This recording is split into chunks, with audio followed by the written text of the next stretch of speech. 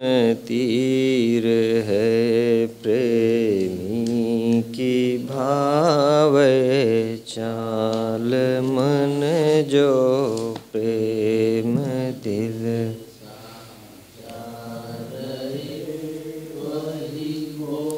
ध्यो वही शोध गही तव प्राप्ति हो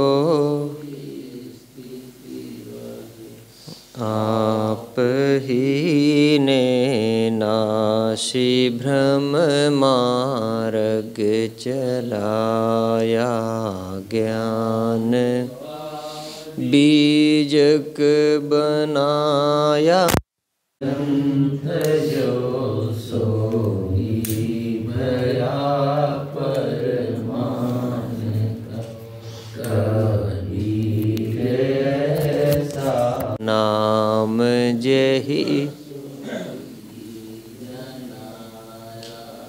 जान काया ज्ञान को जो हान करी वही बंदी मम मन मान काया ज्ञान हान करी वही बंदी मम मन मान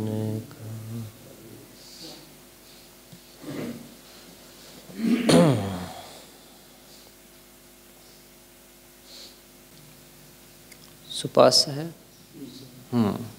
अर्थ शुरू करें। रमैनी 38। यह विध कहो कहा नहीं माना मारग मान पसाइन ताना। सदगुरु कबीर साहब कहते हैं यह विध कहो, यह विध कहो। कहो है क्या लिखा है? यह विध कहो। कहो कहो कहो क्या है? कहो कहो यह विध कहो। कहो कहो माने कहता हूँ। ऊपर देखो, ऊपर देखो। कहो तुम कहो, कहो मैं कहूँ तो अपने लिए है। कहो यही विधि कहो कहा नहीं माना। मैं लोगों को कहता हूँ लेकिन अपने कल्याण मार्ग के वाणी जाल में उलझ गए हैं। रात दिवस मिल जोरिन तागा। सुनो सुनो, एक एक अर्धाली का अर्थ बताओ। यही विधि कहो कहा नहीं माना।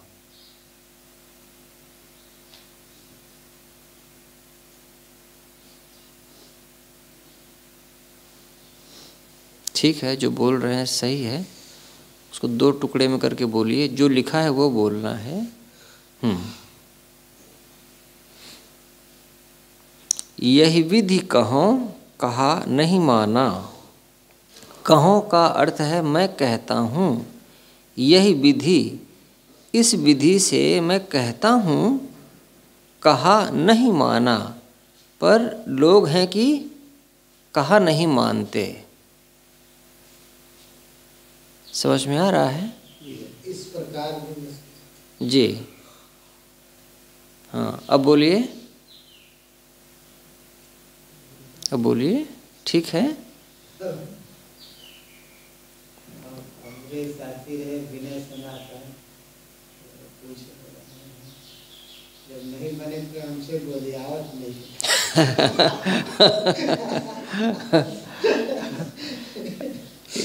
गुलियाओ गुलियाओ।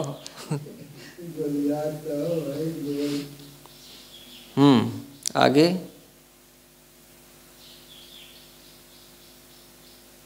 किताब, किताब हाथ में ले, हाथ में ले, ऊपर रखो किताब। हाँ अब बोलो तो नहीं। आगे। रात दिवस मिल जोरिन तागा। ओटत ओटत कातत भरम न भागा। रात दिन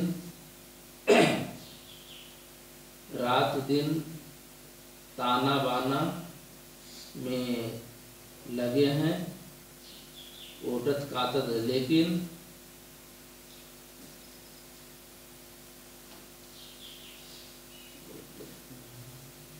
लेकिन भरम न भागा।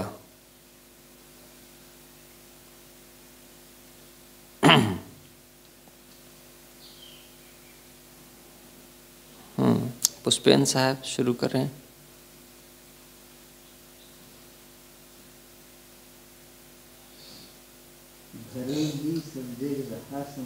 शुरू से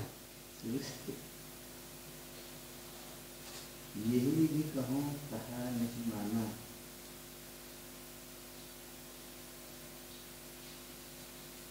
सदगुरु स्वरूप का ज्ञान बताते हैं और कहते हैं इसको लेकर कि मैं इस प्रकार कहता हूँ, लेकिन मेरी कहा नहीं मानते। मार्ग माही प्रसारी जान, कल्याण के मार्ग में इस शब्द का ताना बाना बोलते हैं, मतलब विवाद करने लगते हैं, खींचतान करने लगते हैं। रात दिवस में जोड़ी तागा,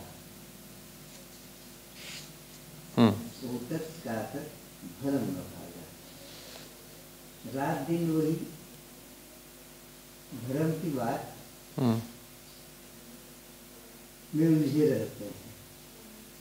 उदाहरण बता सटीक बैठेगा, जैसे जुलाहा रात दिन ताना बाना बुनता है, काटता है। जुलाहा देखे नहीं हो सकते।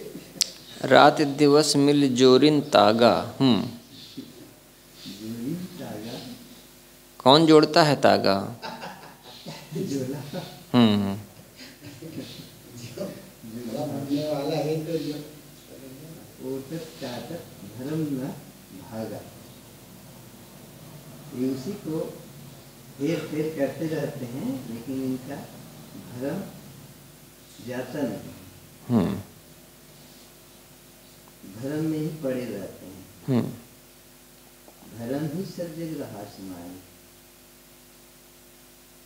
सब जगह संसार के सभी लोग भरम ही नहीं है वो, भरम ही, भरम ही, भरम ही, भरम ही, हाँ, ये भरम ही नहीं है, भरम ही, भरम ही सब जग रहा समाये, भरम में ही सब लोग समाये हुए। भरम छोड़ कहीं नहीं जाए,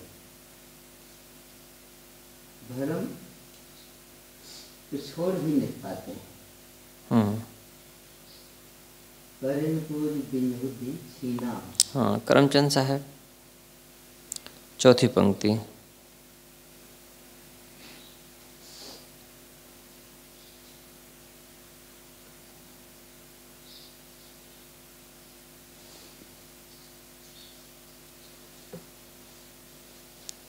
पास जो ज्ञान है, पहले पंक्ति तो पढ़िए।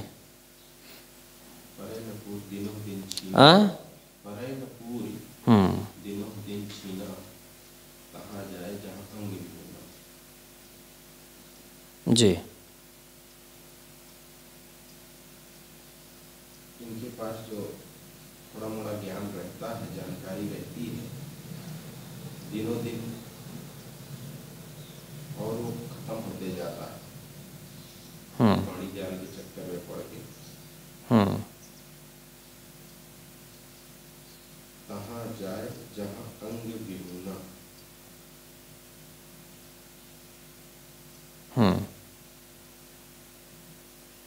विहुना मतलब खत्म हो जाना। उनके पास चीजें हैं वो भी खत्म हो जाती हैं। जहाँ जहाँ ये इधर उधर भटकते हैं, इस शास्त्र उस शास्त्र,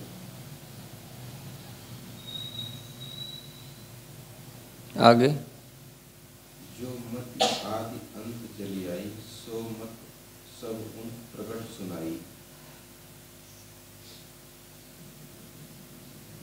ऐसा ये बाड़ी का भ्रमजाल शुरू से चला आ रहा है और अंत तक है, और यह मैंने साफ साफ सुना दिया। ये बातें आपको मैंने साफ साफ बता दी। सो मत सब उन प्रगट सुनाई। वो विचार, वो बातें सामने रख दिया। दीपेन साहब, चौथी पंक्ति से।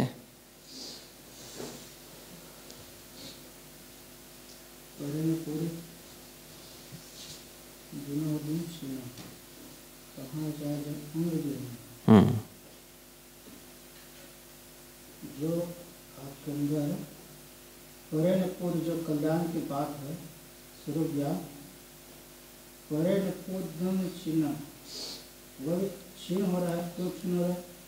वाणी जाल में पड़ जाने के कारण से, जी, भ्रम में पड़ जाने के कारण वह क्षीण हो रहा है।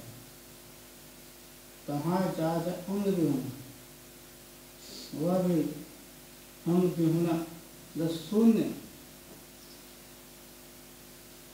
शून्य मतलब जा रहा है। जो मत आदि अंत चली आई, जो मत जो आदि से अंत तक सुने सुनाई बात है, जो आज जो वाणी जाल है, ब्रह्म माने तक की बात, जो आदि से अंत तक सुन रहे हो, सो मत सब उन प्रगट सुनाई। उसी बात को, उसी को सभी लोगों को सुना रहे मेरी बात। गणेश, चौथी पंक्ति और पांचवी पंक्ति।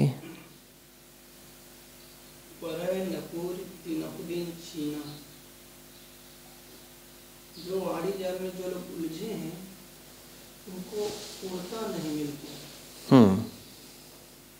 दिन छीना, बल्कि उनका जो विवेक ज्ञान है, जो समझ है, वो दिन ब दिन छीन होते जाते हैं। तहाँ जाए जहाँ अंग नहीं हो। और वो लोग वाणी जाल के जो भ्रम में पड़े हुए हैं, तो वो वहाँ पहुँच जाते हैं अंत में, जहाँ विहुना सूनापन हो, अंत में खाली हाथ रह जाते हैं, कुछ भी हाथ नहीं आता। जो मत आदि अंत चले, जो मत, जो विचार जो शुरू से चलते आ रहे हैं कि अपने से बाहर परमात्मा जो वाणी जाल उसमें फंसे हैं, सो मत सगुण प्रगट सुनाई। उसी मत को गुरुओं ने लोगों के बीच रखा, उनको बताया कि उनसे बाहर परमात्मा है। यह संदेशा ठीक है। करमचंद साहब, परे न पूरी दिनहुदिन छीना, वो बाहर खोजते हैं, कर्मकांड करते हैं, तो इसमें उनको पूर्णता तो नहीं मिलती। हाँ, उनका भटकाव बढ़ जाता है, वो दिन पर दिन क्षीण होते चले जाते, उनकी समझ घटती चली जाती है। और तहाँ जाए जहाँ अंग विहुना, एक दिन वो एक ऐसी स्थिति में, मनोदशा में पहुँच जाते हैं जहाँ उन्हें कुछ समझ में नहीं आता है, एकदम निराश।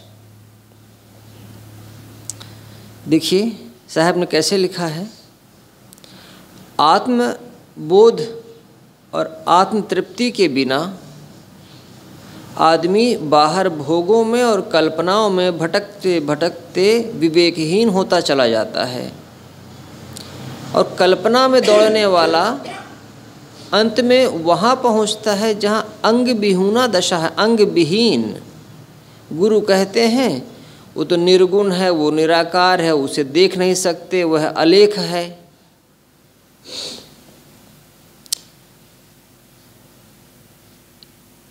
जब अपना ही स्वरूप अलेख है, जब अपना ही स्वरूप अदेख है, इस भ्रांति में जीवन का अंत आ जाता है और आदमी उपाय रहित हो जाता है। कोई इलाहाबाद में एक विश्वविद्यालय के सामने एक रोड है, उसका नाम है बंद गली। तो उसका जो अंतिम मकान है वहाँ पर एक लेखिका रहती, सारा राय। अच्छा लिखती हैं, बुज़ुर्ग हो गई हैं काफ़ी। तो जब कभी कोई प्रोग्राम होता था तो उनके यहाँ जाते थे कार्ड देने के लिए, सूचना देने के लिए, तो पता लिखा रहता था 8 बंद गली का आखिरी मकान बंद गली का आखिरी मकान। आगे जाकर के गली बंद हो जाती है, फिर कोई मकान नहीं है। तो ये जो गुरु लोग शिष्यों को आत्मबोध के अलावा है उसका जो ज्ञान देते हैं, वो अपना तो छूट जाता है, आगे जाकर के वो बंद गली बन जाती है, उसके आगे रास्ता नहीं और पीछे लौट सकते नहीं। ये अंग विहीन होने की दशा है।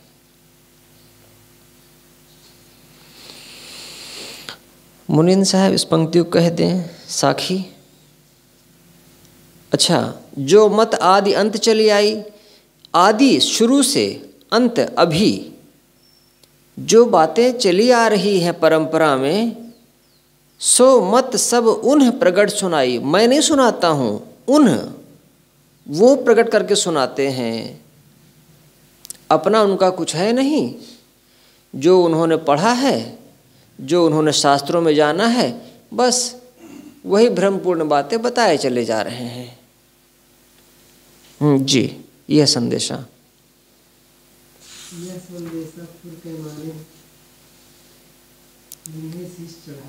इस पंक्ति के 2 अर्थ हो सकते हैं। यह विचार लोगों को सत्य लगता है, सत्य करके मानता है। कौन सा विचार? जो भ्रम की बातें हैं, हाँ, इसको वो सत्य मानते हैं। जिन्हें शीश चढ़ाए वो उसी में अपने शीश अर्पण कर देते हैं। संतोष संतोष सुख में रहूं तो हृदय जुड़ा। सदगुरु कबीर कहते हैं, ये संतोष संतोष में ही सुख है। रहूं तो संतोष के रहने पर ही हृदय की जलन मिलती है, शांति। ये जो पहली पंक्ति है इसके 2 अर्थ हैं। यह संदेशा फुरके माने हो, लीन्हे शीश चढ़ाए। गुरुओं ने जो कहा वो उन्होंने कहा हम तो सच कहते हैं। फुरके मतलब मैं सच कह रहा हूँ, ऐसा मानो। जब उन्होंने ऐसा कहा तो लीन्हे शीश चढ़ाए, लोगों ने उसको सिर पर रख लिया। ठीक है, एक अर्थ ये हुआ, लेकिन ये अर्थ कम ठीक बैठता है। साखी कबीर का प्रमाण है। रमैनी और शब्द में एक अंतर है। रमैनी में ऊपर की बातों की समीक्षा अंत में एक साखी लगा करके साहब कर देते हैं। यह संदेशा फुरके मान्यो लीन्हो शीश चढ़ाए, संतोष संतोष सुख है, रहु तो हृदय जुड़ाए। उसका दूसरा अर्थ है, मैं जो कहता हूँ वो प्रमाण है और उसे अपने सिर पर रख लो, ये कबीर कहते हैं। और क्या कहते हैं? संतोष संतोष सुख है, रहु तो हृदय जुड़ाए। आत्मसंतोष, आत्मतृप्ति, उसी में हृदय का सुख है। तो जो पहली पंक्ति है वो गुरुओं के लिए भी कही जा सकती है कि उन लोगों ने ऐसा ऐसा कहा और लोगों ने उनकी बात का समर्थन किया।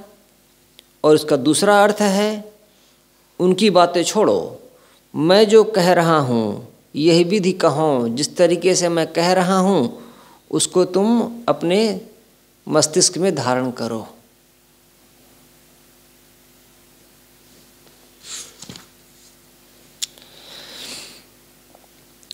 रमैनी 39। जिन्ह कलमा कलिमा ही पढ़ाया, जिन्होंने कलमा, मुसलमानों का यह मूल मंत्र है। जैसे विप्रों में, हिंदुओं में गायत्री मंत्र हर महत्वपूर्ण अवसर पर उसी से शुरुआत की जाती है, वैसे ही मुसलमानों का हर काम इसी कलमा से होता है। और जब कोई मुसलमान बनता है नया नया, तो इसी मंत्र से वो उसको दीक्षित करते हैं अपने यहाँ। यही है कलमा। और ये हज़रत मोहम्मद पर उतरा था, ऐसा लिखा मिलता है। जिन्ह कलमा कली माही पढ़ाया, कली कली माने कलिकाल, आज के समय में कली माही कलिकाल में पढ़ाया। पहले पहल कलमा उन्होंने ही पढ़ाया था। जिन्ह कलमा कली माँ ही पढ़ाया। भाषा की सुंदरता देखिए, कलमा और कली। जिन्होंने कलिकाल में पहले पहल कलमा पढ़ाया, कुदरत खोज तिनहु नहीं पाया। कुदरत माने प्रकृति, प्रकृति के रहस्य, प्रकृति की विशालता, प्रकृति का अनंतपन तिनहु नहीं पाया। वो भी कुदरत की विशालता को खोज नहीं पाए।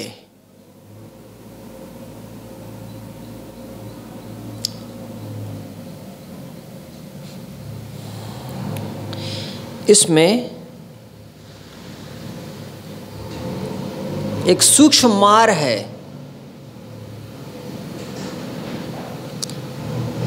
साहब सीधे सीधे एक बात कहते हैं, और देखिए कितनी, अगर इसको कोई महसूस करे तो उसको समझ में आएगा कि कबीर क्या कह रहे हैं। जिन्होंने कलमा पढ़ाया है कलिकाल में और लोगों को मुसलमान बनाया है, और ऐसा बताया कि हम धर्म की राह पर चला रहे हैं, दीन की राह पर चला रहे हैं। सद्गुरु कहते हैं कुदरत खोज तिनहु नहीं पाया। वो भी कुदरत की खोज, प्रकृति की अनंतता, उसकी विशालता को समझ नहीं सके हैं। यहाँ इशारा है हज़रत मोहम्मद के लिए। हज़रत उनका नाम नहीं है। जैसे हिंदी में हम लोग कहा करते हैं ना, श्रीमान, माननीय महोदय। किसी बड़े आदमी के नाम के प्रारंभ में कुछ जरूर लगाते हैं आदरपूर्वक, तो हज़रत वही है शब्द। उनका नाम है मोहम्मद। अरब में एक कबीला था, उसका काम ही था पूजा पाठ करना कराना। उनके यहाँ देवताओं की पूजा होती थी।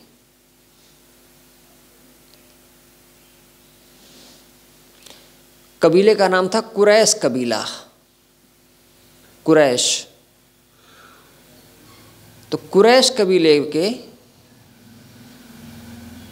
एक सज्जन हुए, उनका नाम है मोहम्मद। वो छोटी ही उम्र में अनाथ हो गए थे। पहले तो परिवार चलता था ना, सामुदायिक परिवार चलता था। एक दो सदस्य अगर नहीं भी रह जाएं घर के, तो बाकी के बड़े बूढ़े बच्चों को संभाल लेते थे। आज की तरह वो तुरंत अनाथ नहीं हो जाते थे।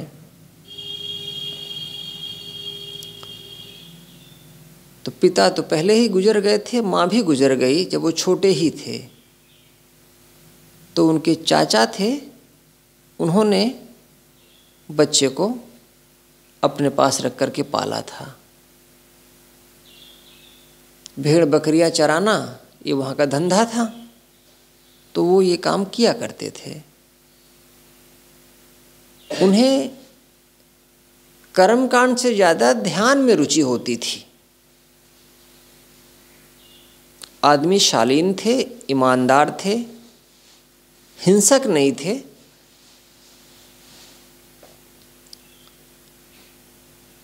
जब थोड़े से बड़े हुए तो वहाँ की एक धनवान महिला थी खदीजा। खदीजा को एक मुनीम चाहिए था।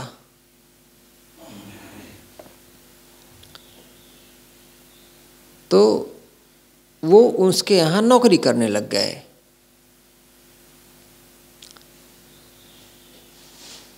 उनके काम से लाभ में फायदा हुआ, व्यापार में लाभ हुआ। अभी जिस काम में नुकसान था उस काम में फायदा होने लग गया। तो खदीजा को वो बताते थे व्यापार की बातें, हमने ऐसे किया था तो इसमें लाभ हुआ, ये काम छोड़ दिया तो घाटा कम हुआ, और कुछ लेते नहीं थे, जो आता था सीधे वहीं पहुंचा देते थे, ईमानदारी से काम करते थे। तो खदीजा प्रभावित हुई, क्योंकि दूसरे लोग उसको लूटने में लगे रहते थे। तो उसके मन में उनके प्रति अपनापन पैदा हुआ और विवाह के लिए खदीजा की तरफ से ऑफर आया। उम्र उनकी 40 थी और हजरत मोहम्मद उस समय 25 के थे। अब इतनी धनाढ्य महिला, संभ्रांत महिला, समाज में जिसके लिए लोग तरसते हैं, उसकी तरफ से विवाह का ऑफर आया। घर वाले तो कभी सोच नहीं सकते थे कि ये हमारे भेड़ बकरी चराने वाले की किस्मत में इतना ऊंचा निकाह लिखा है। सब ने कहा हाँ किया जाना चाहिए, उम्र उनकी ज़्यादा है लेकिन करना चाहिए। इसी खदीजा से उनको एक बेटी हुई थी।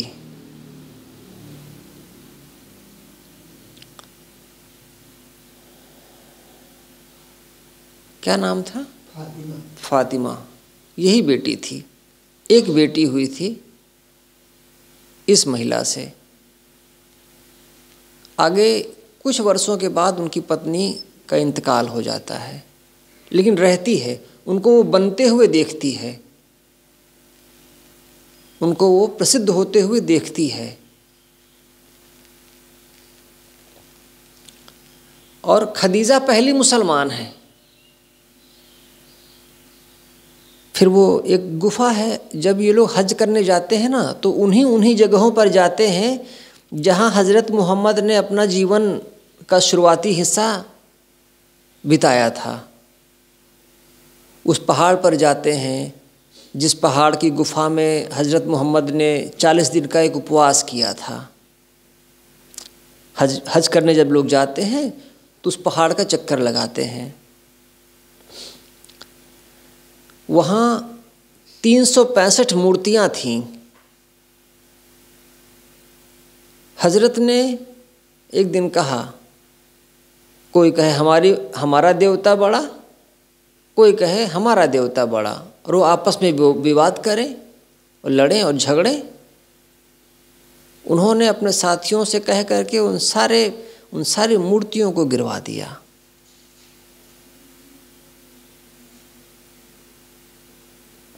इतिहासकार कहते हैं कि 365 मूर्तियाँ थीं और इसी की पूजा इनके परिवार के लोग किया करते थे, कुरैश परिवार के लोग।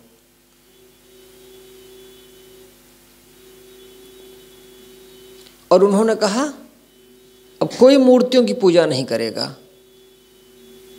पर आदमी बिना पूजे रह कैसे सकता है? कुछ ना कुछ तो पूजने को चाहिए उसको। तो कुछ ऐसा पुजवाया उन्होंने जिसके नाक कान नहीं था, आंखें नहीं थी, चेहरा नहीं था।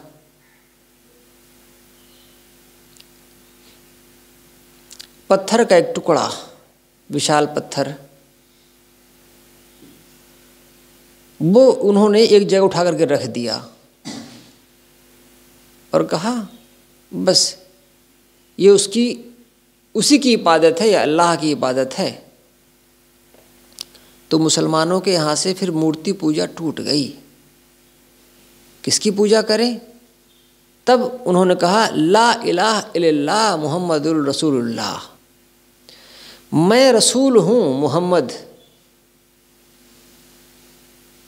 संदेशवाहक हूँ। किसका? उस अल्लाह का जिसकी बराबरी कोई नहीं कर सकता। ये 365 देवी देवता जो तुम रखे हो, ये उस अल्लाह की बराबरी नहीं कर सकते। और इसी का संदेश लेकर के ये मोहम्मद आया है। ईश्वर का नाम जोड़ा और बताया कि उसी ईश्वर का, उसी अल्लाह का पैगाम लेकर के मैं आया हूँ। मुसलमानों और ईसाइयों में एक अंतर है।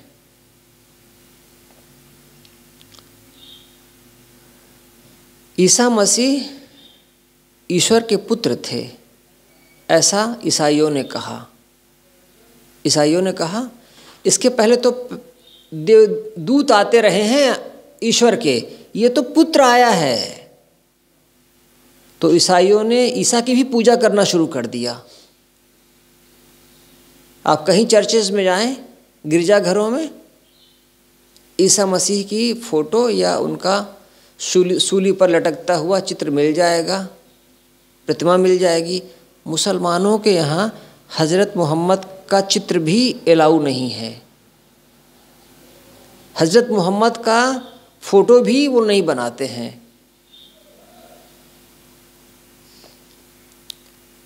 मैंने कहीं पढ़ा है कि ईरान बेसिकली शिया राष्ट्र है। मुसलमानों में दो भेद हैं, शिया और सुन्नी। दुनिया में 90% सुन्नी हैं, 10% शिया हैं। कुवैत, बहरीन, ईरान, ये सब शिया राष्ट्र हैं। तो ईरान के राष्ट्रपति थे अहमदनेजाद, अब वो हट गए हैं। उनके महल में एक फ़ोटो, आदम का फ़ोटो लगा हुआ है, वो हज़रत मोहम्मद का है। ये मैंने कहीं पढ़ा था, ये फ़ोटो बनवा के लगवाया गया था। बाकी हज़रत मोहम्मद का भी फ़ोटो नहीं बनाते। वो फ़ोटो बनाओगे तो लोग उसी को पूजने लगेंगे, इसलिए फ़ोटो की उनके यहाँ मनाही है। वहाँ से उन्होंने शुरुआत की और सादगी और संयम तो उनमें शुरू से था। और जिन लोगों के बीच में उन्होंने अपनी बातें कहनी शुरू की, वो तो एकदम कैसे कहना चाहिए, हिंसक लोग, बद्दू, उसे बद्दू ट्राइब कहते हैं, बद्दू जनजाति, बद्दू कबीले के लोग। उनका काम ही है मारना। ऐसे लोगों के बीच में जब उन्होंने अपनी बातें कहनी शुरू की, पहले तो उनके देवी देवताओं को तोड़ दिया था, तो वैसे ही रुष्ट थे। और जब इन्होंने संयम की बात कही, सदाचार की बात कही, ईमानदारी से जीने की बात कही और नमक रोटी खाने की बात कही, तो लोग एकदम चिढ़ गए। कहे इसी को पहले ख़त्म करो। तो बहुत जगहों पर उन्हें मारने की कोशिश की गई। हदीस में लिखा मिलता है कि हज़रत मोहम्मद किसी के जहर देने से मरे थे। उनकी उम्र 62 साल थी कुल। मक्का छोड़ के वो मदीना चले गए थे, क्योंकि मक्का में उनके दुश्मन बहुत हो गए थे। उनकी जगह मक्का ही थी, वो मक्का के निवासी थे। लेकिन अपने ही लोग उनके दुश्मन हो गए थे। तो उनके चाचा ने कहा, देखो तुमको मैंने शुरू से पाला है, अपने बच्चों से ज़्यादा तुमको मैंने मान दिया है, क्योंकि तुम मेरे भाई की औलाद हो। कोई ये ना कहे कि अपने बच्चों को ज़्यादा माना, तुमको मैंने ज़्यादा माना। तुमको बचाने की मैं कोशिश करता हूँ। अब मेरे सिर पर इतना बोझा मत दो कि मैं ना बचा पाऊँ।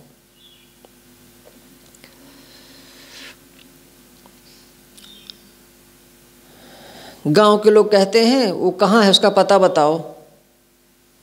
मैं कैसे पता बता दूं?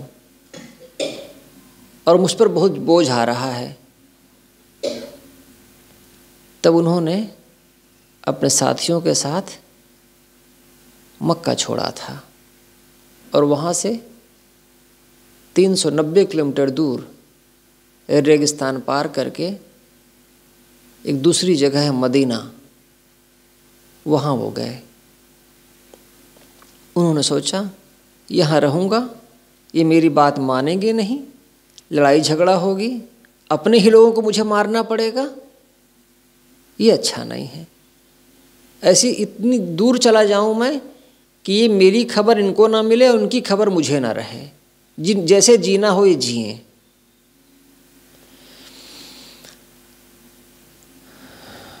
बचते बचाते भागे थे वो अपने कुछ थोड़े से साथियों को लेकर के। वो नई जगह पर पहुँचे। आदमी जैसा कि उनके बारे में प्रसिद्ध है, परहेज से जीने वाले शानदार व्यक्तित्व के, लोग प्रभावित हुए। लोगों ने कहा हम जानते हैं आपके घर वाले ही, आपके नगर वाले ही आपको मारना चाहते हैं, आप आए हमारे यहाँ, आपका स्वागत है। और लोगों ने, दूसरे लोगों ने उनको अपने घर में रखा, शरण दी। हजरत ने अपने साथियों से कहा देखो, अपना घर छोड़ के हम इस नई जगह पर आए हैं, हमारे आचरण से इन लोगों को तकलीफ़ ना हो। जो हम मानते हैं, जो हम करते हैं, वो हमारा धर्म है, हमारा ईमान है। अगर कोई हमारे अनुसार यहाँ जीना चाहे तो उसका स्वागत है, ज़बरदस्ती नहीं करना है। लोग उनके साथ होते गए। मक्का के लोगों को खबर हुई कि ये वहाँ पर रह रहा है, अभी जिंदा है, ये मरा नहीं है। फिर सेना लेकर के आए मारने के लिए। उन्होंने अपने साथियों से कहा इतनी दूर आकर के भी मैं इनका दुश्मन बना हुआ हूँ और ये मदीना को तहस नहस करेंगे अब। तब उन्होंने तलवार उठाई। उनकी तलवार कहते हैं उसमें लिखा हुआ था अहिंसा के बारे में कि अहिंसा ही सही है, हिंसा ठीक नहीं है। गुरुजी ने संसार के महापुरुष में लिखा है कि हजरत को युद्ध करना पड़ा, अपने ही लोगों के खिलाफ युद्ध करना पड़ा, क्योंकि उन्हें मारने के लिए लोग आए। लेकिन इतनी लड़ाई लड़ने के बावजूद हजरत के जीवन काल में 100 से ज़्यादा लोग नहीं मारे गए थे। 100 लोग की गिनती है।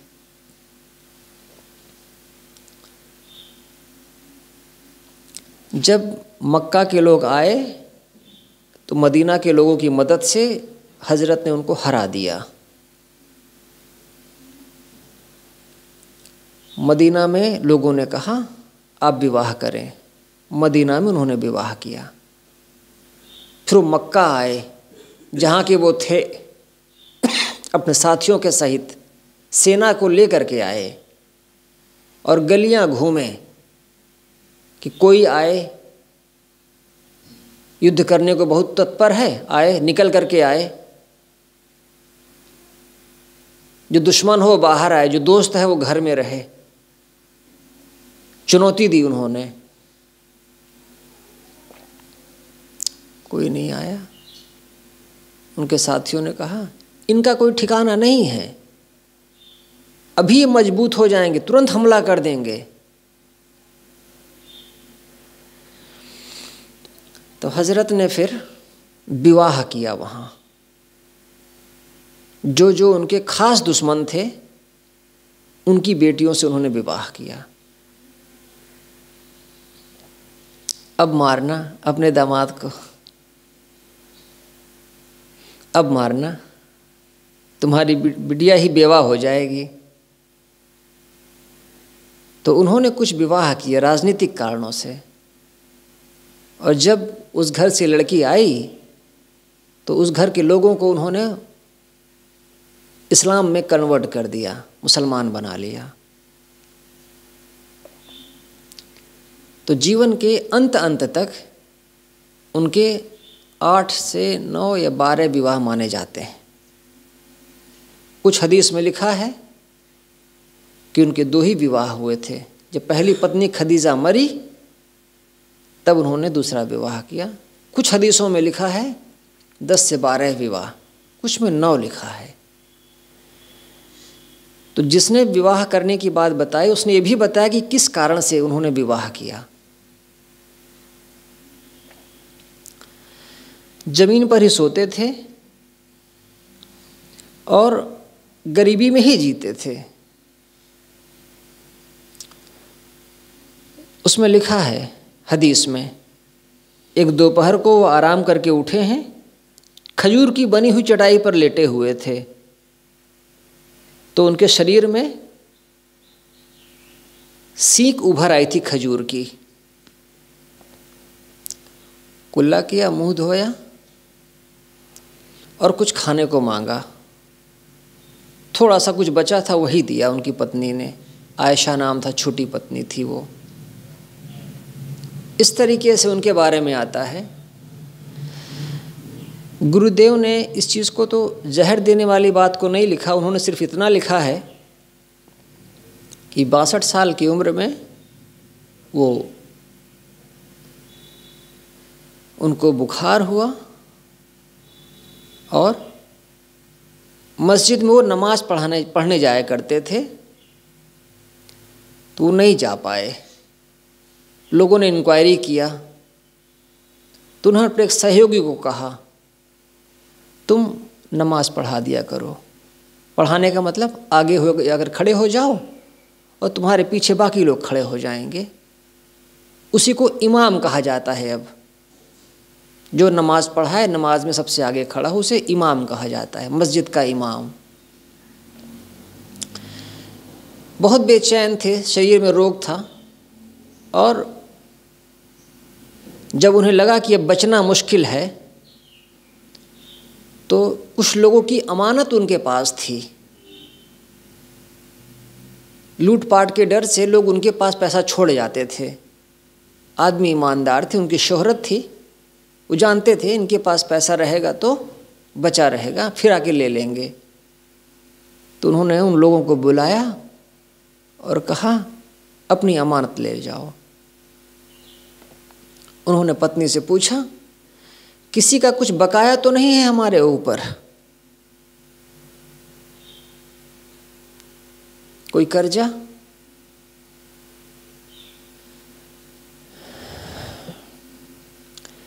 क्या था उनके पास? कुछ बकरियां थीं और एक ऊंट था। ये उनके पास संपत्ति थी जब हजरत मरे हैं।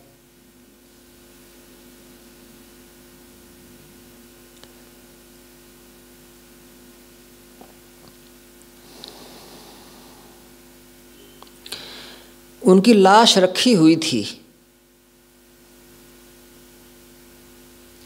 उनके एक साथी थे, पुराने साथी थे, शुरुआती दौर के। उसके लिए उनका संकेत था कि आगे ये बढ़ करके काम करेंगे। अभी उनकी लाश को ज़मीन पर रखा नहीं गया था, नीचे कब्र में, और 2 गुट बन गए। नया गुट तैयार हुआ, उसने कहा हम खलीफा बनेंगे, हम मुखिया बनेंगे। लोगों ने कहा थोड़ा शर्म करो, अभी तो उनकी लाश को ज़मीन पर भी नहीं डाला गया और तुम अभी से। फिर ऐसे उद्दंड आदमी को समाज के लोग आए और भगाए, भागो यहाँ से, जो 2-4 साथियों को लेकर के वहाँ पर उपद्रव कर रहा था। और ज़मीन पर उनके लाश को डाला गया। उनकी लाश को कहाँ डाला गया ये अब उसका कोई प्रमाण नहीं मिलता है। कहते हैं वो जगह दब गई है डिज़र्ट में, तो उनकी कब्र का पता नहीं चलता किस जगह है। उनके साथी थे, वही मुखिया बने हैं। काम शुरू किया गया, चला। इनकी बेटी फातिमा को पहला संत माना जाता है मुसलमानों में। उसका विवाह हुआ था अली के साथ, और हसन और हुसैन 2 बेटे हुए। अली अच्छे आदमी थे। लोग कहते थे अली को अब मुखिया बनाया जाना चाहिए, तो सब लोग तैयार नहीं हुए और 2 गुट बन गए और लड़ाई होने लगी। अली हार गए। अपने 80 लोगों को लेकर के ऊँटों पर लाद करके वो वहाँ से चल दिए। दुश्मनों ने जा करके उनको घेर लिया रेगिस्तान में और भूख प्यास से तड़प तड़प करके वो 80 लोग वहीं मर गए। तो जो अली के अनुगामी थे उन लोगों ने इस बात को हमेशा हमेशा बताया है कि हमारे नेता को मारा गया और वो इस्लाम से अलग हो गए। उन्होंने एक नया समुदाय बनाया, उसको कहते हैं शिया। यही हैं वो लोग जो मुहर्रम मनाते हैं और उस दर्द को जीते हैं, उस पीड़ा को। वो हाय हुसैन, हाय हसन, हाय हुसैन, ये शिया लोग हैं। सुन्नी लोग हंसा करते हैं इस पर। इसीलिए मुसलमान सुन्नी लोग हिंदुओं और शिया दोनों को एक ही नज़र से देखते हैं। गुरुजी कहा करते थे कि एक सुन्नी लड़का रहे, वो शहर में पढ़ता था, तो उसकी माँ घी मंगाई तो उसको कही देखो हिंदू के यहाँ से ना हो और शिया के यहाँ से ना हो। घी तो घी होता है, लेकिन नहीं, हिंदू के यहाँ का घी नहीं चाहिए और शिया के यहाँ का घी नहीं चाहिए। तो मुसलमानों में जो ये शिया सुन्नी का झगड़ा है, ये तगड़ा झगड़ा है, ये अभी भी है। ये जो मस्जिदों में बम फूटता है वो एक मुसलमान ही दूसरे मुसलमान के यहाँ लगवाता है। एक शिया है, एक सुन्नी है। सुन्नी ज़्यादा है, शिया वाले कम हैं। तो जब उसको कुछ लड़ाई करनी होती है तो शिया की मस्जिदों में बम रख देते हैं, वो नमाज पढ़ने आते हैं, मारे जाते हैं। तो ये शिया सुन्नी की लड़ाई चल रही है। तो हज़रत ने एक शुरुआत की थी।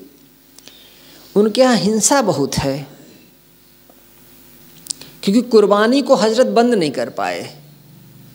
कुर्बानी उनके यहाँ पहले भी होती थी और कुर्बानी को हज़रत मोहम्मद रोक नहीं पाए थे। तो कुर्बानी मोहम्मद के यहाँ इस्लाम में अभी भी जायज़ है।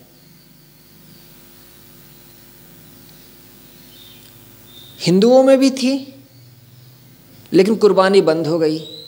ईसाइयों में भी थी लेकिन ईसाइयों में भी ख़त्म हो गई। इस्लाम नया है, 1400 साल का है, लेकिन इस्लाम में है। क्यों? क्योंकि ये जिन लोगों के बीच में इसका जन्म हुआ इस्लाम का, वो खाना बदोश आदिवासी ऐसे लोग थे जिनके यहाँ हिंसा बड़ी सामान्य बात है। एक मित्र कहते थे कि जब हम बंदूक चलाना सीखते हैं तो निशाना कैसे लगाते हैं? तो जैसे दूर 2 आदमी चले जा रहे हैं और मेरा उस्ताद मुझको निशाना लगाना सिखा रहा है, तो वो निशाना लेकर के वो दूर 2 आदमी जो जा रहे हैं उनमें एक पे निशाना लगाएगा और ठां ऐसे वो छटपटा गिर पड़ेगा। बोलेगा देखो निशाना ऐसे लगाते हैं। अब वो एक गिर गया, अब दूसरा जा रहा है, अब दूसरे पे तुम लगाओ।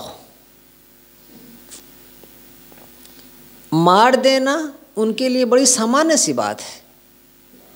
कुछ ऐसा कल्चर ही है, कुछ ऐसी हिंसा ही है। ऐसे लोगों को जब इस्लाम में दीक्षित किया गया तो उनकी हिंसा इस्लाम में उतर आई, लड़ाई झगड़ा इस्लाम में उतर आया और वही संस्कार इस्लाम में अभी भी बना हुआ है। तो हज़रत का जो प्रयास था कि एक नए धर्म की शुरुआत, हिंसा ना हो, लोग शांति से रह सकें,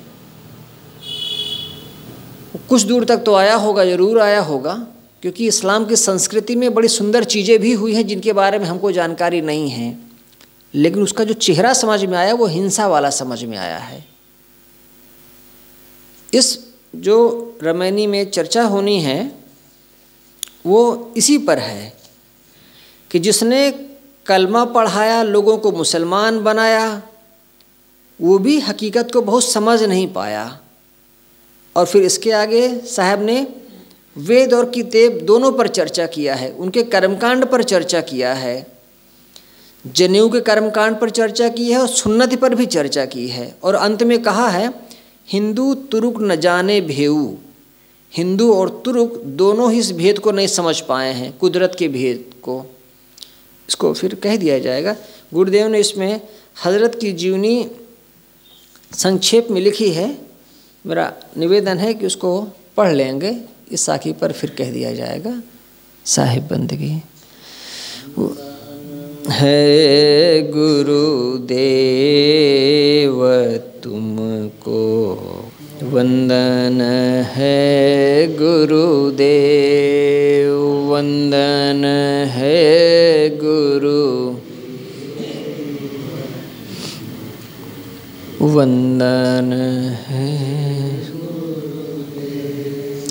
काल जा